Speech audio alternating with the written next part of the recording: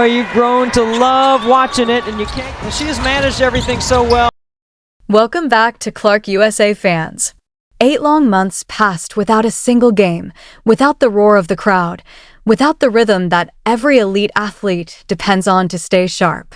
There were no bright lights, no buzzer beaters, no highlight reels, just endless rehab sessions, cold ice baths, and the kind of silence that slowly makes the world forget your name.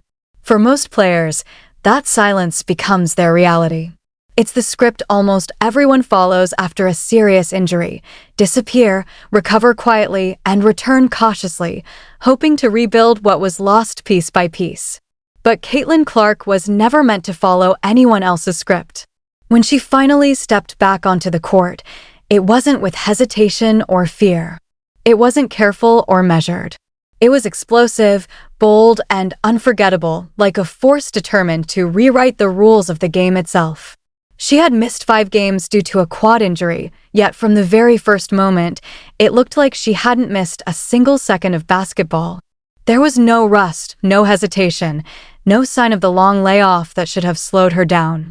Instead, there was confidence, precision, and a level of control that immediately turned heads across the entire basketball world. In limited minutes off the bench, she didn't just contribute, she dominated. She tied her career high in 3-pointers, shattered expectations, and delivered a performance so powerful that it echoed far beyond the arena. Within just 19 minutes of play, she didn't just return, she made history. Records fell, defenses collapsed, and by the end of the night, she wasn't just another player coming back from injury. She was the tournament's most valuable player. Performing under the intense pressure of international competition with the eyes of the world locked on her every move.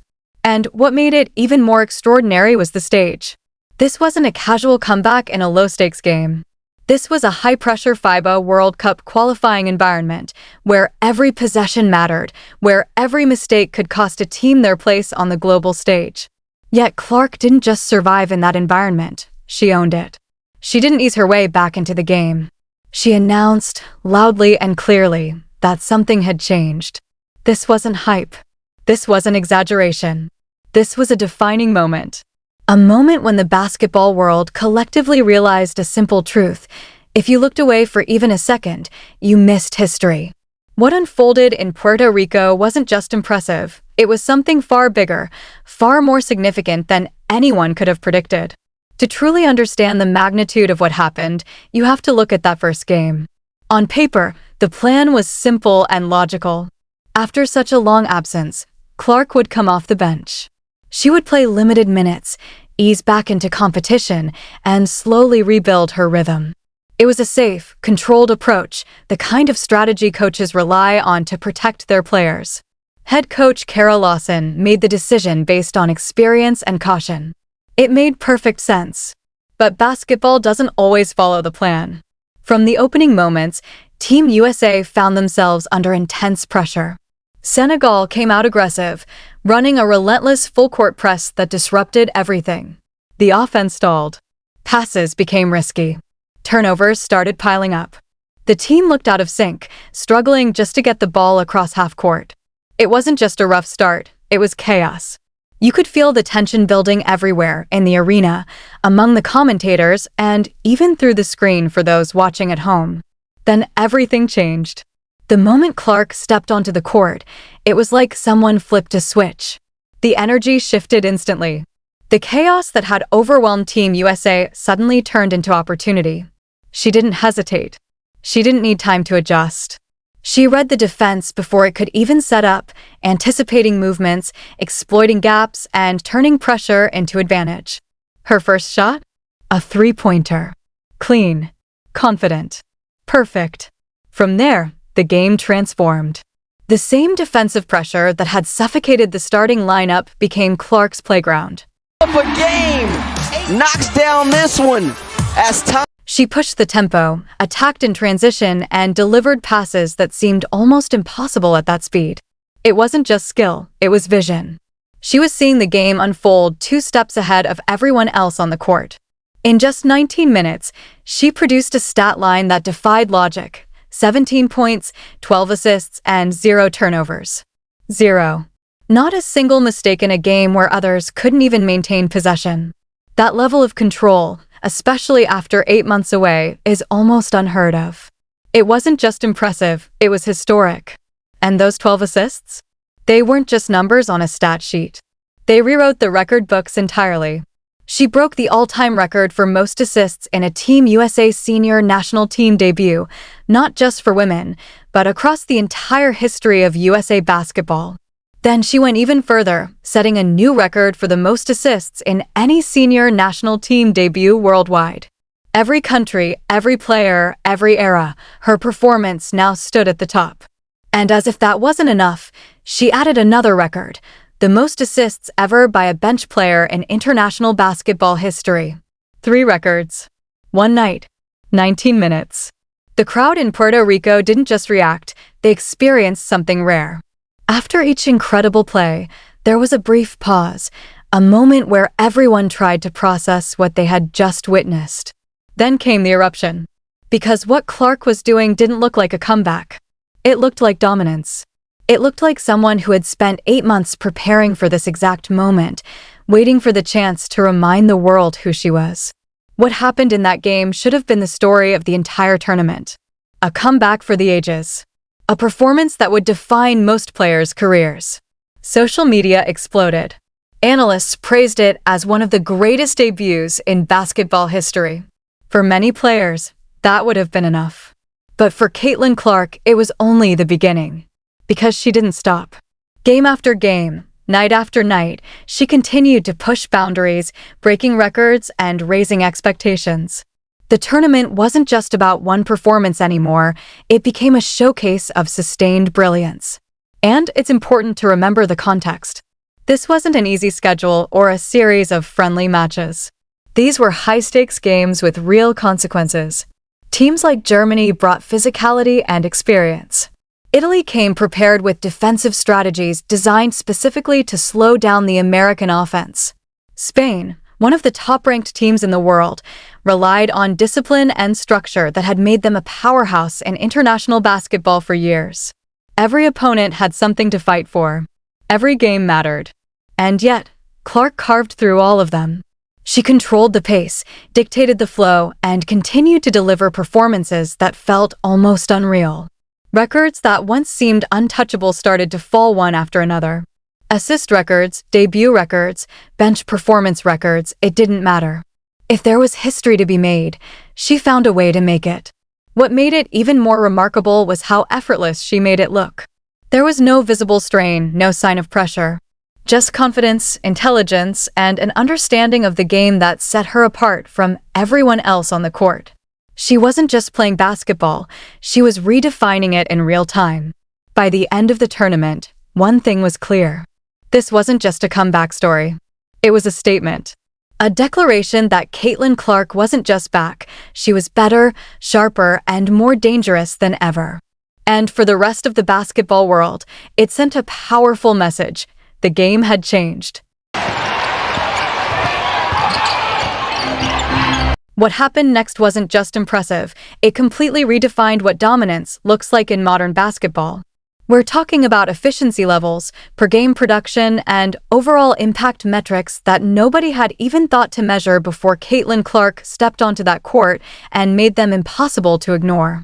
It felt like every time analysts believed they had finally found the ceiling of her performance, every time someone said, "Okay, this is where it slows down. This is where reality kicks in," she responded by raising the bar even higher the very next night. There was no drop-off, no regression, no cooling period. Instead, there was a relentless, almost mechanical consistency paired with explosive brilliance. It wasn't random. It wasn't luck. It was calculated, controlled, and completely unprecedented, not just in women's basketball, not just in American basketball, but across the entire global history of FIBA competition. And when you stop and really think about the physical reality behind what she accomplished, it becomes even more unbelievable. This wasn't a spaced-out regular season schedule with rest days and recovery windows built in. This was 5 high-intensity international games packed into just 7 days, a schedule that pushes even fully conditioned athletes to their limits. Now add the fact that she was coming off 8 months without competitive basketball. 8 months without real game speed, without the physical rhythm of elite competition, without the conditioning that only live play can build. By every known standard in sports science, this should have been a breaking point. Fatigue should have started creeping in by the 3rd game. Timing should have been slightly off by the 4th. Decision-making should have slowed under physical stress. That's how the human body works under pressure like this. Every recovery model, every historical precedent, every expert expectation pointed toward one inevitable conclusion: she would hit a wall. But that wall never came. Not in Game 3. Not in Game 4. Not even in the final game against Spain. In fact, instead of slowing down, she seemed to accelerate, as if the pressure and intensity were fueling her rather than draining her. By the time the tournament reached its conclusion, the numbers told a story that almost sounded fictional. 14 separate all-time FIBA records had been broken, and every single one of them had Caitlin Clark's name attached. 14 records in just 5 games over the span of a single week, immediately after 8 months of silence. It's the kind of statistic that feels unreal when you say it out loud, because most players spend their entire international careers chasing even one record, hoping to leave behind a small mark in the history books. Clark didn't just leave a mark, she rewrote entire chapters in a matter of days, collecting records with a level of ease that made it look routine. And the MVP award that followed wasn't a symbolic gesture or a feel-good story about a player returning from injury. It was undeniable. There was no debate, no close second, no argument to be made. She was the clear and obvious choice, and to add another layer of history to the moment, she became the youngest player ever to receive that honor in the tournament's history. That means across every nation, every era, every legendary player who has ever competed at this level, her name now sits at the top as the youngest MVP ever.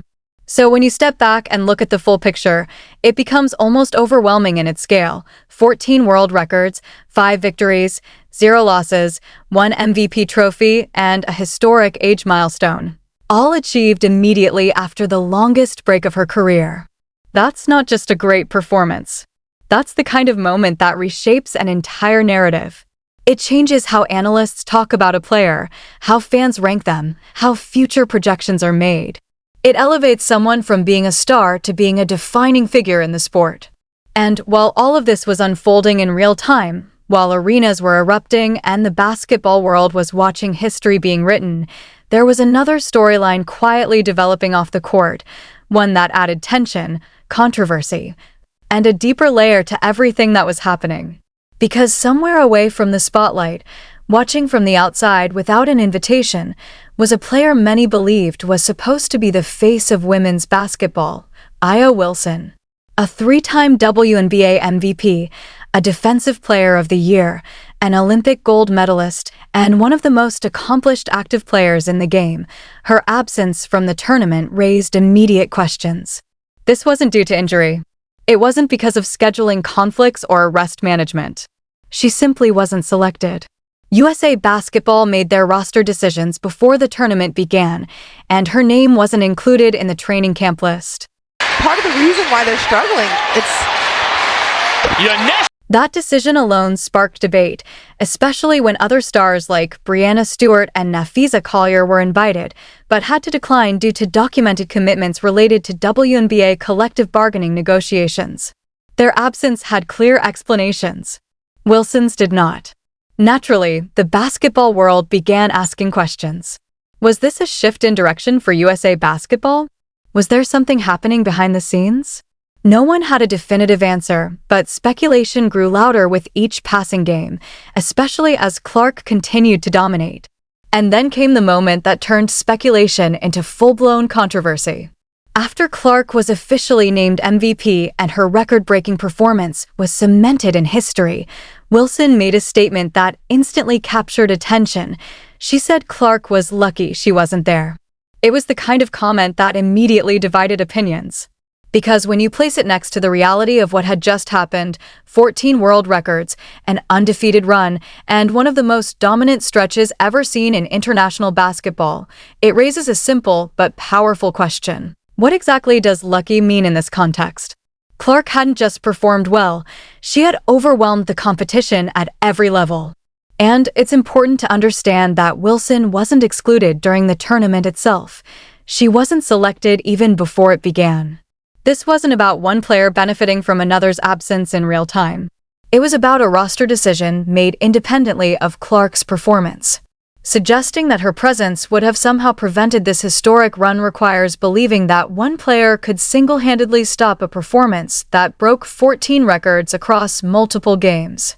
That's a bold claim, especially when made from the outside while history is being written on the court. Clark, for her part, didn't respond. She didn't need to. The scoreboard, the records, and the results had already said everything. But the comment didn't exist in isolation. It became part of a broader pattern that many had already started to notice. Over the past year, every major milestone in Clark's career seemed to be followed by a reaction from Wilson. When Clark secured a major deal with Nike and launched her own brand identity, it wasn't met with silence. Instead, it sparked public discussions questioning her stats, her recognition, and her impact on the game. When Clark was named Athlete of the Year by Time magazine, there was another reaction. When she began landing high-profile speaking engagements and major sponsorship deals, again, there was commentary. Individually, each moment might seem like normal competitive tension. But collectively, they formed a pattern, one that became increasingly difficult to ignore.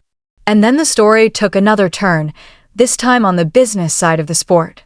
Because while debates were happening off the court, Nike was making moves that spoke louder than any words. Clark's upcoming signature shoe wasn't being treated like a standard release. Reports suggested that entire teams within the company had been reorganized around the project. Resources were being heavily invested into development, design, and marketing.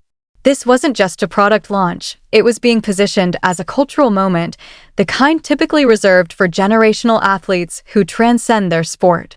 Campaigns were being prepared across multiple platforms, collaborations with designers were in motion, and the scale of the rollout indicated one thing clearly: Nike saw something massive in Clark's future.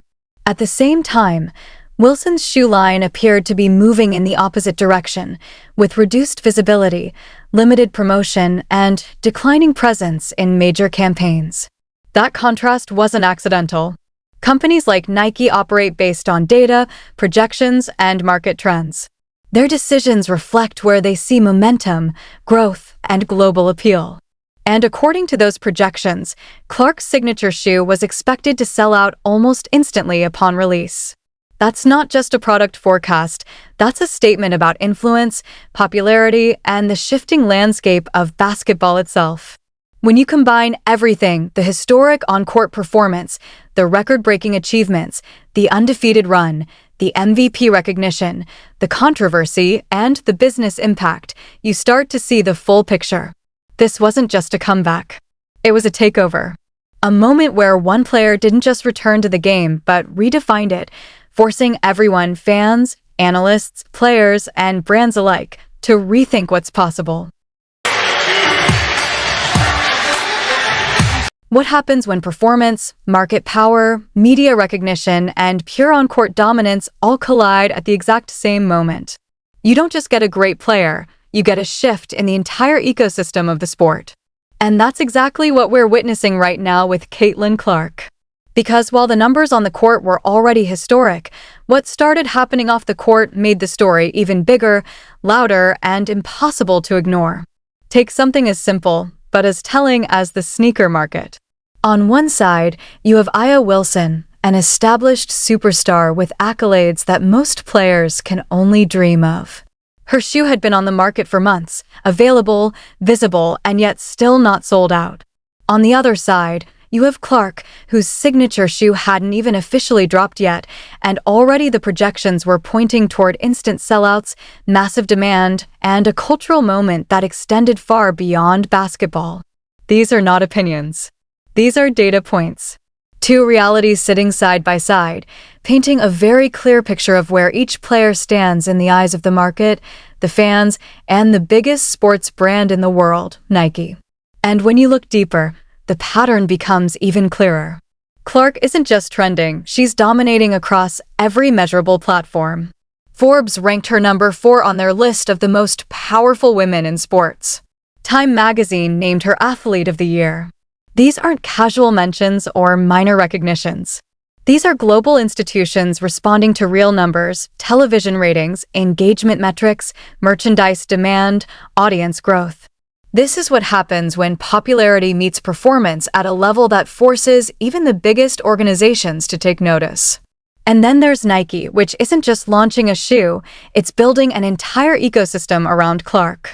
Reports suggest internal restructuring, dedicated design teams, premium development pipelines, and a full-scale global marketing rollout. This isn't a standard athlete endorsement. This is the kind of investment reserved for generational figures, the kind of athletes who don't just play the game, but expand it, redefine it, and bring entirely new audiences into it. Meanwhile, the contrast on the other side isn't subtle. Wilson's shoe line has seen reduced visibility, discounted pricing, and a noticeable absence from major promotional campaigns. And in the world of billion-dollar corporations, nothing happens by accident. These decisions are not emotional. They're calculated, data-driven, and brutally honest. Companies like Nike follow one thing above all else: momentum. And right now, all that momentum is flowing in one direction. But here's where the story gets even more layered, because this isn't just about numbers or business. It's about perception, behavior, and how players position themselves in moments of change. Over the past year, Wilson has consistently responded to Clark's rise, and not always in a neutral or supportive way. Whether it was questioning her stats, reacting to her awards, or commenting on her growing influence, a pattern began to form. Individually, each comment might seem like competitive fire. But collectively, it created a narrative, one that didn't go unnoticed by fans, sponsors, or executives sitting in boardrooms making million-dollar decisions. Because in today's sports world, performance alone isn't enough. Presence matters. Messaging matters. And how you carry yourself when the spotlight shifts can shape opportunities just as much as what you do on the court. And while that narrative was unfolding off the court, something equally important was happening on it, something that may ultimately define the future of Team USA basketball. During the early stages of the tournament, under head coach Kara Lawson, there was a visible disconnect. It wasn't that Clark was struggling, far from it. Her reads were sharp, her instincts were intact, and her vision was as elite as ever. The issue was the system. The offensive philosophy emphasized balance, equal distribution, and a slower, half-court approach designed to involve every player equally. On paper, it sounded ideal. In reality, it clashed directly with Clark's greatest strengths. Her game thrives on speed, on transition, on making decisions before defenses can react. Slowing that down is like putting a limit on something designed to operate without one. And it showed. The offense looked constrained, the rhythm felt off, and despite her brilliance, the system wasn't maximizing what she brought to the floor. Then came a moment that shifted everything. After that first historic performance, instead of fully embracing what had just happened, the messaging in the press conference leaned towards spreading the spotlight, avoiding focus on any one individual. The response went viral, not for celebration, but for what many saw as deflection.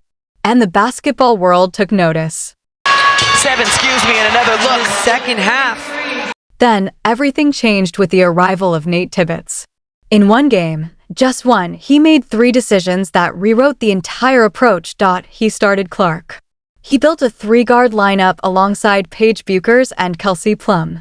And most importantly, he removed the restrictions. He let them play. What followed was immediate and undeniable. The pace increased. The spacing opened up. The ball movement became purposeful, fast, and fluid. The offense didn't just improve, it transformed. Clark was pushing the tempo before defenses could set. Bueckers and Plum were perfectly complementing her movement, and the entire system finally looked aligned. The result? A 34-point blowout against Italy. A game that was effectively over before halftime. And then came something you almost never see in professional sports, a public admission. Tibbetts stood in front of the media and openly stated that the previous approach had been a mistake. Not implied, not hinted at, stated clearly on record for everyone to hear. That moment validated everything fans and analysts had been saying. It wasn't about forcing balance. It was about recognizing greatness and building around it. And once that adjustment was made, the results spoke for themselves. The same blueprint worked against New Zealand. It worked against Spain.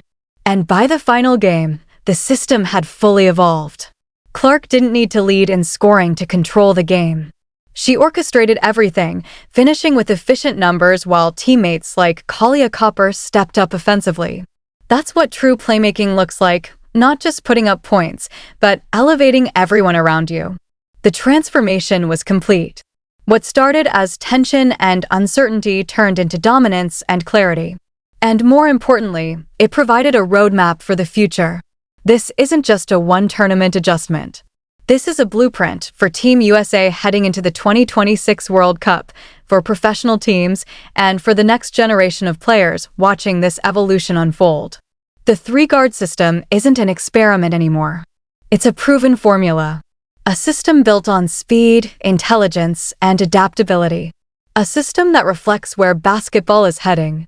And at the center of it all is Clark. Puerto Rico wasn't the peak. It was the introduction.